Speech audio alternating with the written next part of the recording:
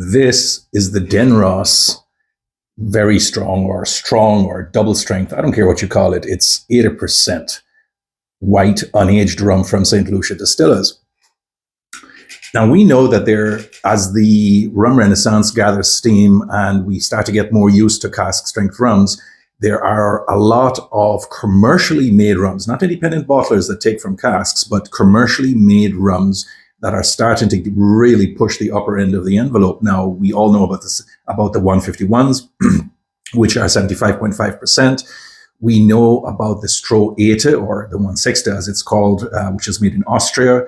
Yes, it is a rum by the current definitions. And there's, of course, the St. Vincent, 84.5%, Sunset, very strong.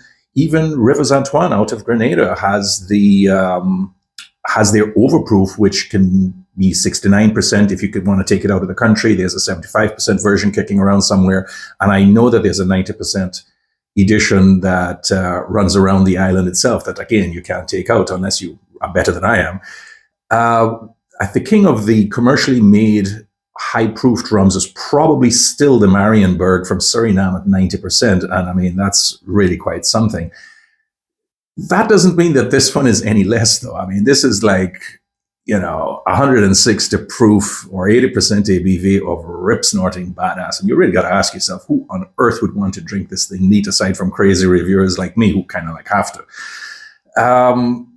Usually such rums are made for the cocktail circuit. There's no getting around that. That's what they're made for. That's what they're designed for. And they're for B-52s or zombies or other thing that some creative bartender can come up with. St. Lucia Distillers was founded in 1972 when two distilleries, the only two remaining on the island at that time, merged to form this new company. And that was the Distillery that was owned by, I think it was the Barnard family. And then there was the Roseau Bay Distillery owned by the Geists. And if you want to know what Denros means, well, it's just Dennery and Roseau, first three letters of each, and there you have the name of this thing. Apparently, according to an undated post by Difford's Guide that I found, this has been made by Dennery since the founding of the company. That was more implied than actually stated outright, but it's probably not too far from the truth, whatever strength they made it at. I've never found an older one than this. This one was bought at auction about 3 or 4 years ago, and I've just had it moldering away ever since. And because I wanted to look at some stronger rums, I felt that this one was a good way to start. So, what more can I tell you about it? Column still, 80% unaged. That's it. More you can't go. And the real question is, well, is it even worth drinking, or do you kind of like dilute it with water or push it into a mix? Is it worth drinking neat if you do so? Well, let's take a look. Oh man, you gotta love this stuff. It's fierce. It's savage. It kind of really lunges out of the glass into your nose. There's no question about that. I let this thing actually stand for quite some time, just so that the alcohol fumes can burn off. Usually I have a hat on it, but in this case I thought it's probably not a good idea. Yeah, it is what it is. There's a bit of medicinal flavors to it, or aromas to it. There is some cream and strawberries, a little bit of rye bread. There's a little bit of a tang of citrus, say red grapefruit or something like that. But most of what you're getting is some kind of creaminess of coconut shavings that are still wet, bananas, white fruits, pears, white guavas, that kind of thing. And it noses okay, but it really is a bit thin and it really is a bit sharp. And there's no getting away from that, unfortunately. Tasting it is another experience entirely. And I've tried this like 3 or 4 times already.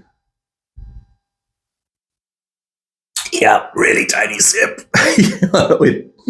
It's hot. It's spicy. It really takes no prisoners. It's actually less than the nose. I mean, that tends to be the case, but you would think that at 80%, the sheer intensity of the flavor profile would kind of make its mark on you.